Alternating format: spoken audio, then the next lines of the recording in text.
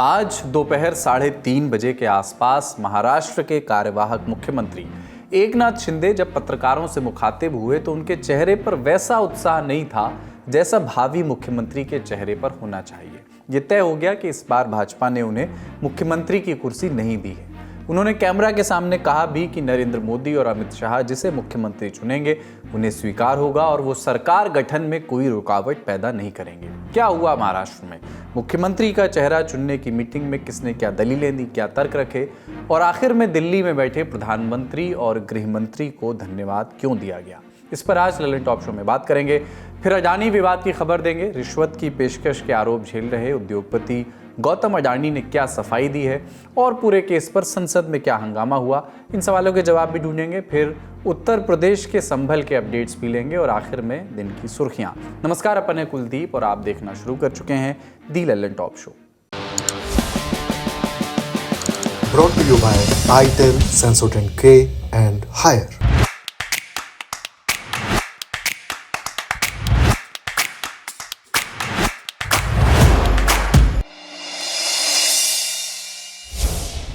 बड़ी खबर में सबसे पहले महाराष्ट्र की बात करते हैं। अब ऐसा लगता है कि महायुति यानी भारतीय जनता पार्टी, शिवसेना शिंदे गुट और एनसीपी अजित पवार गुट में मुख्यमंत्री को लेकर के सहमति हो गई है। हालांकि इस सहमति की औपचारिक घोषणा अभी बाकी है।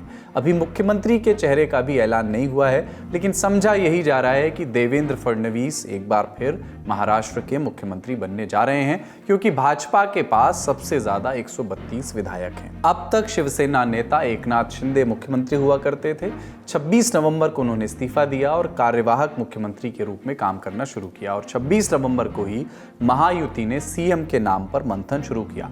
खबरों में देवेंद्र फडणवीस दौड़ में सबसे आगे बताए गए, लेकिन दिन बीत गया और बात नहीं बनी। फिर 27 नवंबर को सूत्रों के हवाले से कुछ और खबरें आईं, जैसे कि भाजपा ने एकनाथ शिंदे और अजित पवार को उप मुख्यमंत्री का पद ऑफर किया है। अजित पवार तैयार हैं, लेकिन मुख्यमंत्री रहे एकनाथ शिंदे इसके लिए तैयार नहीं है। शिवसेना ने तर्क दिया है कि पूरा चुनाव एकनाथ शिंदे के चेहरे पर लड़ा गया, इसलिए उन्हें ही मुख्यमंत्री बनाया जाना चाहिए। उपलब्ध 43 मंत्रालयों में से भाजपा अपने पास 21 से 22 मंत्रालय रख सकती है। शेष विभाग सहयोगी दलों के हिस्से जा सकते हैं। भाजपा और शिवसेना के कुछ विधायक दिल्ली पहुंचे हुए हैं और वे गृहमंत्री अमित शाह से सीधे हस्तक्षेप की मांग कर रहे हैं। भाजपा एकनाथ शिंदे को केंद्र में मंत्री बनाने पर भी विचार कर रही है, ताकि महाराष्ट्र में चल रहा गतिरोध खत्म किया जा सके। लेकिन ये और इस तरह की तमाम खबरें सूत्रों के हवाले से आई थी। देर शाम इस पर और स्पष्टता आई। हमने पत्रकारों से पूछा। महायुति की सरकार बनने की जो बात है, उसमें अभी खबर ये है कि फिलहाल अमित शाह ने एक मीटिंग बुलाई है महायुति नेताओं की। देवेंद्र फडणवीस, अजित पवार और एकनाथ शिंदे उसमें कल के दिन शामिल होने वाले हैं। तीनों ही नेता जो हैं वो दिल्ली जाएंगे और इस मीटिंग में शामिल होंगे। एक तरह से आप कह सकते हैं कि बिल्कुल ये बात पर चर्चा होगी कि महाराष्ट्र में मुख्यमंत्री का चेहरा कौन होगा, मुख्यमंत्री महायुति का कौन होगा, ये किस पार्टी से होगा ये, और उसके बाद आप कह सकते हैं कि जो भी मिनिस्ट्री है, कैबिनेट है, वो किस तरह से डिवाइड होगी। इन महत्वपूर्ण चीजों पे आप कह सकते हैं कि चर्चा होना अपेक्षित है। इसी बीच 27 नवंबर को देवेंद्र फडणवीस एक बार और पत्रकारों से मिले। सीएम कौन होगा उनसे पूछा गया और उन्होंने मुस्कुराकर ये जवाब दिया। या चर्चेला लवकरच आपल्याला उत्तर मिळेल। तिन्ही पक्ष मिळून आमचे जे श्रेष्ठी आहेत त्यांच्याशी चर्चा सगळ्यांची चाललेली आहे आणि लवकरच याचं उत्तर आपल्याला मिळेल। लेकिन दिन का सबसे बड़ा ऐलान आना था एकनाथ शिंदे की ओर से। 27 नवंबर को देर दोपहर एकनाथ शिंदे ने प्रेस कॉन्फ्रेंस की और कहा कि मैंने प्रधानमंत्री नरेंद्र मोदी और गृह मंत्री अमित शाह को फोन करके बता दिया है कि मेरी वजह से सरकार बनाने में कोई दिक्कत नहीं होगी। आप लोगों ने देखा है कि 2-4 रोज से ऐसी चर्चाएं हैं, कोई नाराज है, कोई बैठा है घर में। हम नाराज बिराज होने वाले लोग नहीं हैं। हम लोग लड़ने वाले लोग हैं, लड़कर काम करने वाले लोग हैं, लोगों के जीवन में बदलाव लाने वाले लोग हैं। इसलिए अभी जो विक्ट्री हासिल हुई है, इससे हमारी और जिम्मेदारी बढ़ गई है। इसलिए महायुति और तेजी से काम करेगी और केंद्र सरकार और राज्य सरकार मिलकर बहुत आगे बढ़ेंगे और निश्चित रूप से इस महायुति की सरकार स्थापित होगी। और इसीलिए जो मैंने आप लोगों को कहा कि लगा कि क्या हुआ, मैं तो कल आदरणीय प्रधानमंत्री जी से भी बात की, उनको भी कहा सरकार बनाने में हमारी तरफ से कोई अड़चन नहीं है, आप निर्णय ले लो जैसे आपके भारतीय जनता पार्टी को आपका निर्णय अंतिम रहता है। हम भी महायुति के कौन लीडर है, एनडीए के लीडर कौन है, मोदी जी है, अमित भाई है, तो उनको कहा कि मैंने अमित भाई जी को भी फोन किया, मोदी जी को भी फोन किया, सरकार बनाने में हमारी तरफ से कोई भी रुकावट, कोई भी अड़चन, कोई भी कुछ भी किसी भी तरह का अड़ंगा नहीं है। आप बेशक आप निर्णय ले लो, उस निर्णय की तामील हो जाएगी, निर्णय की अमल हो जाएगी। और मैं आज आप सबको कहता हूँ कि भारतीय जनता पार्टी के वरिष्ठ नेता जो निर्णय लेंगे मुख्यमंत्री पद के बारे में, जो उनका कैंडिडेट होगा, उसको हमारा शिवसेना का पूरी तरह समर्थन है। ये बयान आने के बाद कहा जा रहा है कि एकनाथ शिंदे मान गए हैं और अब अगले मुख्यमंत्री देवेंद्र फडणवीस ही होंगे। ये रास्ता अब साफ हो गया है। ये गतिरोध दूर कैसे हुआ, इसमें केंद्रीय भूमिका किसने निभाई, सुनिए पत्रकारों से। बिल्कुल, आप कह सकते हैं कि जो कल की मीटिंग का हमने दिल्ली में जिक्र किया, तो कहीं ना कहीं या तो एकनाथ शिंदे को ये बात कही गई बीजेपी शीर्ष नेतृत्व की तरफ से, या फिर उन्होंने खुद होकर ये मुख्यमंत्री के चेहरे को लेकर विवाद है, इस बात को उन्होंने आज समाप्त किया है। ये प्रेस कॉन्फ्रेंस का जो मेन उद्देश्य था वो यही दिख करके आ रहे हैं कि जो भी तनाव की स्थिति मुख्यमंत्री पद को लेकर महाराष्ट्र में है या विपक्षी दल महायुति को टारगेट कर रहे थे, उस चीज को खत्म करने के लिए एकनाथ शिंदे ने ये पीछे ली है। फाइनल जो भी आउटकम है इस चीज का वो जरूर कल सामने आएगा अमित शाह की मीटिंग में, बैठक में दिल्ली में। लेकिन उससे पहले एकनाथ शिंदे ने ये जरूरी समझा कि वो ये कह दे कि पीएम मोदी से, अमित शाह से, बीजेपी से उनको उनके 2.5 साल के मुख्यमंत्री के कार्यकाल में पूरा समर्थन मिला है। और अभी एक तरह से बीजेपी का शीर्ष नेतृत्व तो है ही, उसके साथ साथ एनडीए का जो शीर्ष नेतृत्व है वो भी नरेंद्र मोदी और अमित शाह है।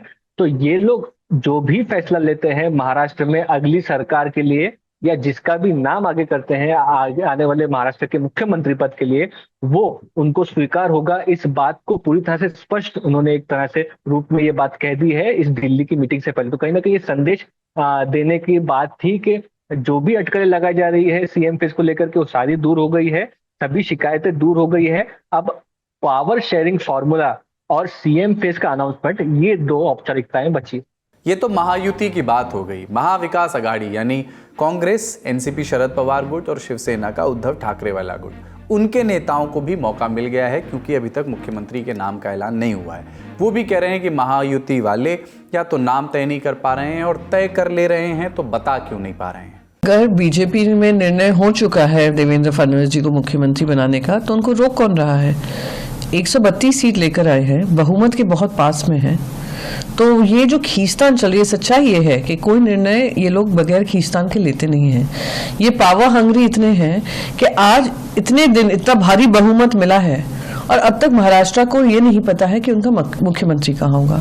ये तो जनादेश का निरादर करना है। की लीडरशिप जो है वो क्या चीज है, वो एकनाथ शिंदे जी को समझ नहीं। आप क्या कहना चाहते हैं कि जो दिल्ली चाहेगा वो मुख्यमंत्री बनेगा, देवेंद्र फडणवीस के बारे में कह रहे हैं?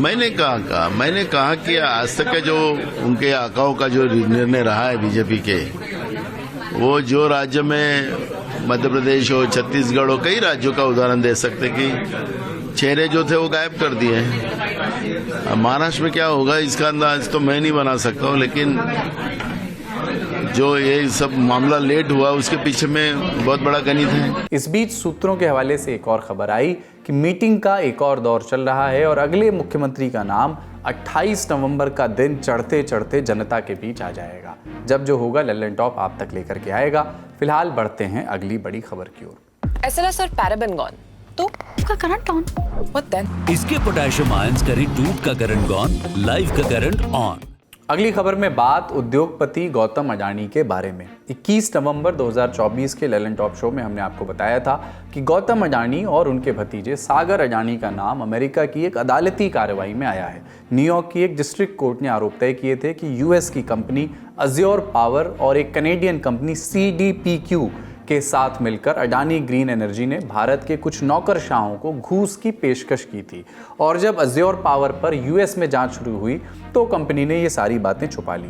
इस पूरे केस को जानने में आपकी रुचि हो तो आपको लिंक पुराना डिस्क्रिप्शन में दे रहे हैं। अब आज यानी 27 नवंबर को अडानी समूह ने अपना पक्ष 2 सीनियर वकीलों के जरिए सामने रखा। वकील नंबर 1 मुकुल रोहतगी, वकील नंबर 2 महेश जेठमलानी। इन 2 वकीलों ने आज प्रेस कॉन्फ्रेंस की। मुकुल रोहतगी ने कहा कि अडानी पर अधिकारियों को घूस की पेशकश के आरोप लगाए गए हैं, लेकिन कहीं भी उन अधिकारियों के नाम या ओहदे का जिक्र नहीं है जिनको कथित तौर पर ये घूस ऑफर की गई। I have gone through this indictment by the US court running into some 54 pages. My assessment is, and it is clear, that there are 5 charges or 5 counts.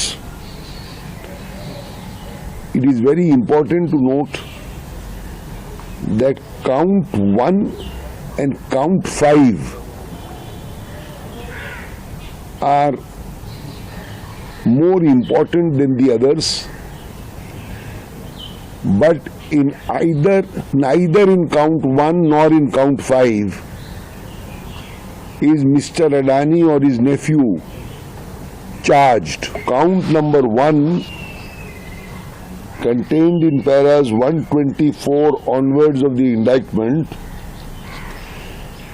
is against certain other persons minus the 2 Adanis.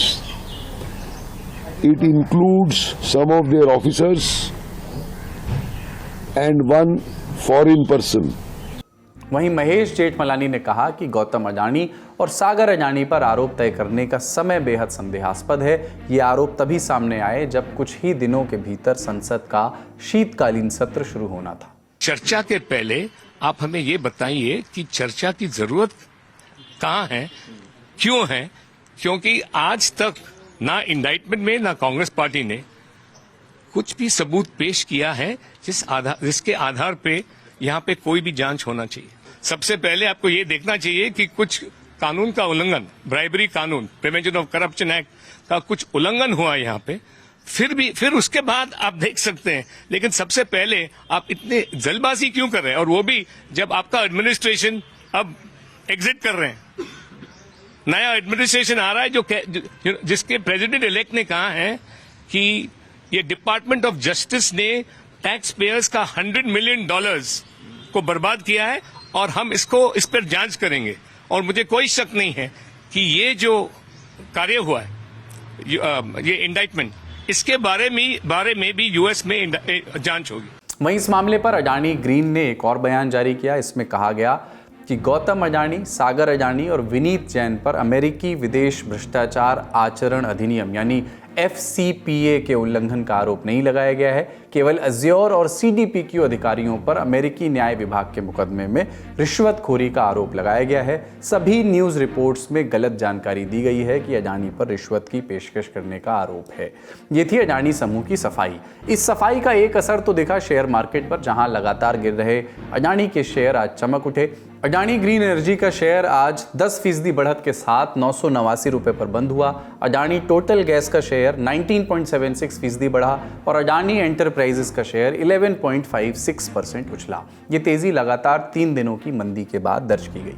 दूसरा असर ये हुआ कि संसद में हुआ बवाल। संसद सत्र शुरू होने से पहले ही इंडिया ब्लॉक से जुड़े कुछ सांसदों ने सभा की कार्यवाही स्थगित करने का मोशन स्पीकर को भेज दिया था। उनका कहना था कि अडानी पर अमेरिका में चल रहे मुकदमे पर संसद में बहस होनी चाहिए। लोकसभा की कार्यवाही शुरू हुई। जैसे ही स्पीकर ओम बिरला अपनी कुर्सी पर आकर बैठे, विपक्ष की बेंच से हंगामा शुरू हुआ। विपक्षी सांसद डिमांड कर रहे थे कि अडानी मुद्दे पर बहस हो, लेकिन ओम बिरला ने इस डिमांड को दरकिनार करते हुए लिस्ट ऑफ बिजनेस से चलने का फैसला किया। सबसे पहले बोलने की बारी आई मेरठ से भाजपा सांसद अरुण गोविल की। काफी हंगामे के बीच लोगों को मुश्किल से समझ में आया कि अरुण गोविल सोशल मीडिया और OTT प्लेटफॉर्म्स पर अश्लील कंटेंट की रोकथाम वास्ते सरकार के प्रयासों को लेकर के सवाल रख रहे थे। केंद्रीय सूचना प्रसारण मंत्री अश्विनी वैष्णव ने भी तमाम शोर शराबे के बीच इसका जवाब दिया और लोकसभा की कार्यवाही महज 5 मिनट चलने के बाद 12 बजे तक के लिए स्थगित हो गई। संस्कारों को बहुत गहरी चोट पहुंचाई है। गलत है, उसके बारे में पूरा एक निर्णय लेके मीडिया के अंदर लाया जाता था। सदस्य प्रश्नकाल महत्वपूर्ण समय और आप सबका समय सरकार की जवाबदेही होती है, सरकार जवाब देती है। आप प्रश्नकाल को चलने दें, आपको हर मुद्दे पर, हर बात पर चर्चा करने का पर्याप्त अवसर दिया जाएगा। मैं पुनः आग्रह कर रहा हूं, प्रश्नकाल महत्वपूर्ण समय होता है, आप सदन में चलने दें। आप नियोजित तरीके से सदन में गतिरोध पैदा करना चाहते हैं, ये उचित नहीं है। सदन की कार्रवाई आज 12 बजे तक के लिए स्थगित की जाती है। 12 बजे कार्यवाही फिर से शुरू हुई। पीठासीन स्पीकर थे सांसद दिलीप सैकिया। प्रश्नकाल के जरूरी सवाल जवाब के बाद कार्यवाही को फिर से अगले दिन के लिए स्थगित कर दिया गया। इधर राज्यसभा में भी स्थिति कमोबेश ऐसी ही थी। सभापति जगदीप धनखड़ ने आसन ग्रहण किया, सदस्यों का अभिवादन किया। कार्यवाही शुरू होते ही सदस्य अडानी पर बहस के लिए दबाव डालने लगे, विपक्षी सदस्य। लिहाजा सभापति धनखड़ ने कार्यवाही को आधे घंटे यानी 11:30 बजे तक के लिए स्थगित कर दिया। 11:30 बजे कार्यवाही फिर से शुरू हुई और खत्म हुई महज 3 मिनट में। और इन 3 मिनट में क्या हुआ ये आप खुद देखिए। Pramod Tiwari ji, one second. Nothing is going on record. Nothing is going on record. Nothing is going on record. Your point of order. You can't raise a point of order when the. One second. There can be no, honorable members. There can be no point of order when the house is in disorder. The house is in disorder. The house stands adjourned to meet at 11 a.m. on Thursday, the 28th November 2024. Adani का विवाद संसद के बाहर भी पसरा हुआ था। लोकसभा में नेता प्रतिपक्ष राहुल गांधी ने यहां तक कह दिया कि अडानी को जेल में होना चाहिए। You think Adani is going to accept the charges? Which world are you living in, brother? Obviously, he's going to deny the charges. The point is, he has to be arrested. The point is, he has to be arrested, as we have said. Hundreds of people are being arrested on tiny charges. The gentleman has been indicted in the United States for thousands of crores. He should be in jail. India block के अन्य सांसदों ने भी अडानी के मुद्दे पर अपनी बात रखी। देखिए, झूठ बोलना एक बड़ी फाइन आर्ट है, एक बड़ी कला है, लेकिन झूठ तब तक बोलो जब तक पकड़े ना जाओ। बड़ी चतुराई से उन्होंने बोला एफसीपीए में नाम नहीं है। नहीं हो सकता ना, क्योंकि एफसीपीए तो उन्हीं का उल्लंघन करता है, बोल सकता है, जो अमेरिकी नागरिक होते हैं। ये लोग अमेरिकी नागरिक नहीं है, लेकिन इनकी जो पार्टनर कंपनी है अजोर पावर का नाम है। इनक्रिमिनेटिंग एविडेंस इनके खिलाफ हुई है। पैरा 47 में ये कहा गया कि गौतम अडानी और सागर अडानी घूस देने का पूरी योजना बना रहे थे, उन्होंने घूस दी, घूस का वादा किया। पैरा 49 बात करता है कि किन किन राज्य सरकारों को उन्होंने प्रभावित किया। पैरा 70 बात करता है कि एसईसीआई को विनीत जैन और सागर अडानी ने किस तरह से प्रभावित किया 2.3 गीगावाट परचेजिंग पावर अग्रीमेंट्स को लेकर। SECI solar energy corporation of India का नाम है। तो दिक्कत की बात यह है कि एक पीएसयू का नाम है। तमाम इंक्रिमिनेटिंग एविडेंस उन्होंने नाम लेकर गौतम अडानी और सागर अडानी के खिलाफ दिए। एफसीपीए में तो नहीं होगा ना नाम, क्योंकि एफसीपीए तो अमेरिका के नागरिक के खिलाफ ही हो सकता है। तो आप अमेरिका के नागरिक तो है नहीं। ऐसे कह दिया इनकम टैक्स हम कर दें, जर्मन के खिलाफ नहीं कर सकते, हम भारतीयों के खिलाफ ही कर सकते हैं। तो गौतम अडानी और उनका तंत्र झूठ भी बड़ी बेवकूफी से बोल रहे हैं। मोदी सरकार अडानी शब्द से डरती है, इसलिए बार बार राज्यसभा संसद को एडजर्न करना, कार्यवाही ना करना, ये राष्ट्रहित में कभी नहीं हो सकता। राष्ट्रहित ये है कि भ्रष्टाचार पर चर्चा हो। राष्ट्रहित ये है कि जो रिश्वत दी गई एससीसीआई और अडानी ग्रुप जिसके अंदर शामिल है और जिसके बारे में अमेरिका में अडानी ग्रुप को खास तौर से उनके मालिक को इंडाइट किया गया है, उस पर चर्चा हो। बाकी संसद के इर्द गिर्द और क्या गतिविधियां रहीं, जानने के लिए आप हमारा पार्लियामेंट्री अफेयर्स का शो, जो जब भी संसद का सत्र होता है, जो हम डेली शो करते हैं, जिसका नाम है संसद में आज, उसको देख सकते हैं। इस खबर में फिलहाल इतना ही। अब चलते हैं अगली खबर की ओर।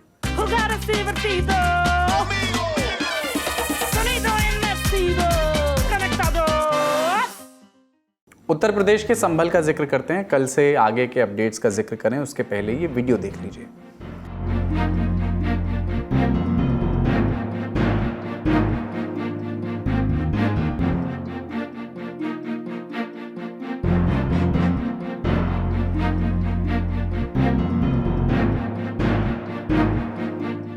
26 नवंबर की शाम से सोशल मीडिया पर वायरल इस सीसीटीवी फुटेज में एक शख्स तमंचे से फायरिंग करता हुआ दिखाई दे रहा है। अन्य वीडियोस में लोग सीसीटीवी कैमरे को तोड़ते हुए दिखाई दे रहे हैं। ये तमाम वीडियो संभल की हिंसा से जुड़े हुए बताए जा रहे हैं, जिसमें 4 लोगों की मौके पर मौत हुई। स्थानीय लोगों ने पुलिस पर गोली चलाने का इल्जाम लगाया तो पुलिस ने कहा कि पुलिस की गोली से नहीं बल्कि तमंचे से चली गोली से लोगों की मौत हुई। इन आरोपों के बीच पहला वीडियो आया संभल के सर्कल ऑफिसर अनुज चौधरी का। एक वीडियो में वो फायर करते हुए नजर आ रहे हैं। जब इस वीडियो पर मीडियाकर्मी सफाई मांगने अनुज चौधरी के पास पहुंचे तो उन्होंने कहा कि हम मरने के लिए पुलिस में भर्ती नहीं हो रहे हैं, हमें भी अपनी रक्षा का अधिकार है। इस मामले पर पुलिस का पक्ष भी सुन लीजिए।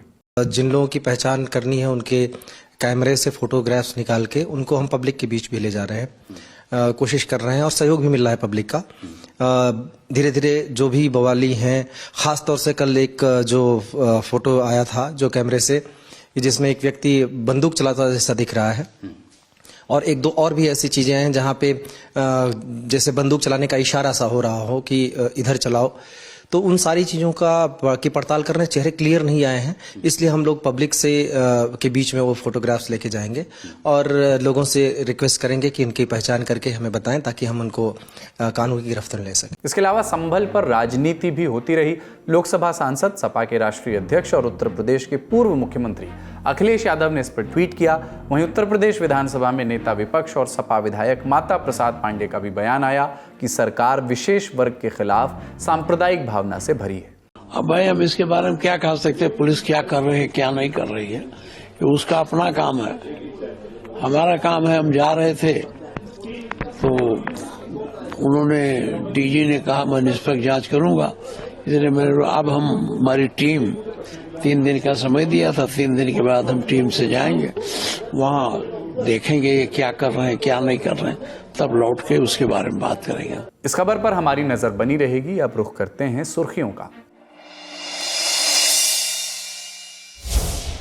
पहली सुर्खी बांग्लादेश में इस्कॉन के प्रवक्ता चिन्मय कृष्ण दास की गिरफ्तारी पर भारतीय विदेश मंत्रालय की ओर से बयान जारी हुआ था। अब उस बयान पर बांग्लादेश का भी जवाब सामने आया है। बता दें कि 26 नवंबर को भारतीय विदेश मंत्रालय ने कहा था कि बांग्लादेश में अल्पसंख्यकों के घरों में आगजनी, लूटपाट, तोड़फोड़ और मंदिरों, देवताओं को अपवित्र करने के अपराधी खुलेआम घूम रहे हैं और शांतिपूर्ण सभाएं कर रहे धार्मिक नेता को हिरासत में लिया गया है। भारत के इस बयान पर बांग्लादेश विदेश मंत्रालय ने कहा है कि चिन्मय कृष्ण दास की गिरफ्तारी को गलत तरह से पेश किया गया, ये बेहद दुर्भाग्यपूर्ण है। इस तरह के बयान तथ्यों को गलत तरीके से पेश करते हैं, साथ ही दोनों पड़ोसी देशों के बीच दोस्ती और आपसी समझ के भावना के भी उलट हैं। सरकार दोहराना चाहेगी कि देश की न्यायपालिका के कामकाज में सरकार दखल नहीं देती, न्यायपालिका पूरी तरह से स्वतंत्र है। लेकिन टिप्पणी के अगले दिन बांग्लादेश में ये केस अलग ट्रैक पर जाता हुआ दिखा। इंडिया टुडे की खबर के मुताबिक 27 नवंबर को बांग्लादेश के हाई कोर्ट में इस्कॉन को प्रतिबंधित करने की याचिका दायर की गई। इस याचिका पर अदालत ने तमाम पक्षों को नोटिस जारी किया है और जवाब तलब किया है। वहीं दिल्ली के पूर्व मुख्यमंत्री और आम आदमी पार्टी के राष्ट्रीय संयोजक अरविंद केजरीवाल ने भी इस मामले पर एक्स पर लिखा, अपनी प्रतिक्रिया दी। उन्होंने लिखा कि बांग्लादेश में अन्यायपूर्ण तरीके से गिरफ्तार किए गए संत चिन्मय कृष्ण दास जी के साथ पूरा देश एकजुटता के साथ खड़ा है। केंद्र सरकार से अपील करता हूं कि इस मामले में हस्तक्षेप करके चिन्मय दास जी को जल्द से जल्द मुक्त कराएं। वहीं अन्य राजनीतिक हलकों से भी बयान आए। आज लोग संबलपुर जाने की बात कर रहे हैं, लेकिन राहुल गांधी, अखिलेश यादव को बांग्लादेश नहीं दिखाई देता, जहां हिंदुओं पे अत्याचार हो रहे हैं। मैं तो तमाम हिंदुओं से कहूंगा कि प्रोटेस्ट करना चाहिए बांग्लादेश के अत्याचार के खिलाफ। आपके अधिकारों को हनन किया जा रहा है और उसके खिलाफ अगर कोई आवाज उठाता है तो उसको अगर आप राष्ट्रद्रोह बोलेंगे तो मुझे लगता है राष्ट्रद्रोह शब्द का अपप्रयोग है। और जिस तरीके से चिन्मय प्रभु को अरेस्ट किया गया, उन्हें जल्द से जल्द रिहा कर देना चाहिए। और उनके अरेस्ट के खिलाफ हिंदूज जब प्रोटेस्ट कर रहे थे, उनके ऊपर जो घातक आक्रमण हुए वो बहुत चिंताजनक है। अगली सुर्खी में बात Olympic medallist wrestler Bajrang Punia की। उन पर 4 साल का बैन लगा है। ये ban national anti doping agency NADA की तरफ से लगाया गया है। वजह क्या है? बजरंग ने एंटी डोपिंग कोड का उल्लंघन किया है। पुनिया पर इल्जाम है कि उन्होंने नेशनल टीम के सिलेक्शन ट्रायल के दौरान जो अनिवार्य डोप टेस्ट होता है उसके लिए अपना सैंपल देने से इनकार कर दिया। नाडा की anti disciplinary doping panel ADDP की तरफ से जारी किए गए आदेश में कहा गया है कि ये बैन 23 अप्रैल 2024 से लागू हो चुका है। बैन के दौरान बजरंग पूनिया किसी भी कॉम्पिटिटिव इवेंट में ना तो हिस्सा ले पाएंगे और ना ही विदेश में कोचिंग दे पाएंगे। बैन घोषित होने के बाद बजरंग ने पत्रकारों को संबोधित किया और अपना पक्ष सामने रखा। मेरे लिए कोई शॉकिंग चीज नहीं, क्योंकि पिछले 1 साल से मैं चीजें झेल रहा हूँ। नाडा ने एक बार बीच में मुझे बहाल भी कर दिया था। जो नाडा ने पैनल बनाया था उसमें मैंने इन चीजों का जवाब दिया था और उन्होंने बहाल कर दिया था, लेकिन दोबारा से एक पैनल बना के दोबारा से ये चीजें करके दोबारा 4 साल का बैन अभी लगाया है। लेकिन जो पीछे एक एक्सपायरी किट का था, क्योंकि उनका जवाब 1 साल से मैं मांग रहा हूं, अभी तक नहीं आया। मैंने 4-5 बार मेल भी किया है, वो वीडियो बना के मैंने सोशल मीडिया पे डाल रखा किट का पूरा। और उसके बाद नाडा बोल रही है कि भाई बजरंग ने सैंपल नहीं दिया, वो वेन्यू छोड़ के चला गया जब नेशनल ट्रायल हो रही थी, उस समय की बात है। तो मैं आपके माध्यम से मैं देशवासियों को भी और जो और बड़े अधिकारी हैं जो बैठे हैं, जो सोच रहे कि हाँ भाई गलत कर रहे हैं खिलाड़ी, उनको भी बताना चाहता हूँ कि जब ट्रायल चल रहे थे, जो उन्होंने टाइम दे रखा है कि भाई बजरंग वेन्यू छोड़ के चला गया था, उसके बाद मैंने जो आपने डॉक्टर अपॉइंट कर रखा, जो सरकारी डॉक्टर था, उससे मेडिकल बनवाया है और उस पर टाइम लिख रखा है कि भाई किस टाइम मैंने मेडिकल बनवाया, अधिकारियों को दिया वहाँ पे। उसके बाद मैंने वेन्यू छोड़ा था। उसके बाद मेरी जो बाउट के बाद वो बोल रहे कि वेन्यू छोड़ के चला, उसके बाद मेरी एक बाउट और भी थी। तो पहली चीज़ तो आप बीच में सैंपल लेने के लिए नहीं आ सकते किसी खिलाड़ी, क्योंकि 20 से 30 मिनट मिलती है हमें। उस समय हम अपनी बाउट की प्रिपरेशन करेंगे, लड़ने के लिए तैयार होंगे, या हम डोप सैंपल देंगे। तो इतिहास में अब तक किसी भी ऐसे बीच टूर्नामेंट में आप किसी का डोप नहीं ले सकते। बाउट खत्म होने के बाद आप डोप टेस्ट ले सकते हैं। लेकिन मेरे ऊपर जो नाडा ने आरोप लगा रखे हैं वो ये लगा रखे कि वेन्यू छोड़ के चला गया था बजरंग, भाग गया था, चला नहीं गया, भाग गया था। तो मैं आपके माध्यम से, मीडिया के माध्यम से ये बोलना चाहूँगा कि पूरे देश के सामने जो सैंपल लेना चाहे, जहाँ पे सैंपल लेना चाहे, बजरंग देने के लिए तैयार है। आज के ललन टॉप शो में इतना ही। अपना और अपनों का ख्याल रखिए, देखते रहिए दी ललन टॉप। शुक्रिया, शुभ रात्रि।